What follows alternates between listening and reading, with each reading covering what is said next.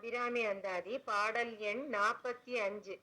இதனுடைய நூற்பலன் உலக அபவாதம் நீங்கிவிடும் அப்படின்னு சொல்லப்பட்டது. உலக அபவாதம்னா தேவையற்ற பழிச்சொற்கள் நம்மேல் சேருவது. அதாவது நம் தப்பே செய்யாம இருக்கும்போது கூட சில பேர் அனாவசியமாக பழியை சுமந்து கொண்டு இருப்பார்கள். அந்த பழி பாவங்களிலிருந்து நம்மை விலகச் செய்யும் அன்னையின் அழகிய பாடல்தான் இது.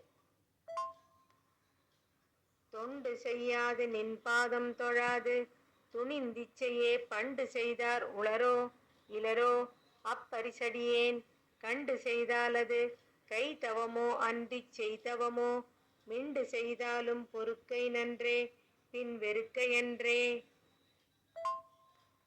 இதற்கு பொருள், அபிராமி தேவியே, எனக்கு தொண்டு செய்யாமல் நின் பாதம் தொழாமல் துணிந்து நம் மனக்கருத்துப்படியே தொழில் நிகழ்த்திய ஞான செல்வர்கள் பண்டை காலத்தில் இருந்தார்கள் அல்லவா? அவர்கள் செய்த முறைப்படியே விதிமுறைகளுக்கு மாறாக நானும் செய்தால் அது நின்னால் வெறுக்கத்தக்கதா, பொறுத்து போற்றி கொள்ளத்தக்கதா நான் அறியேன். ஆயினும் நான் விலக்கான செயல்களை செய்தாலும் நீ பொறுத்து கொள்ளுதலே நீதியாகும். என்னையும் வெறுத்தல் தகாது. எந்த பழிபாவங்களுக்கும் என்னை ஆளாக்காமல் காப்பாற்றுங்கள் தாயே என்ற பொருள்.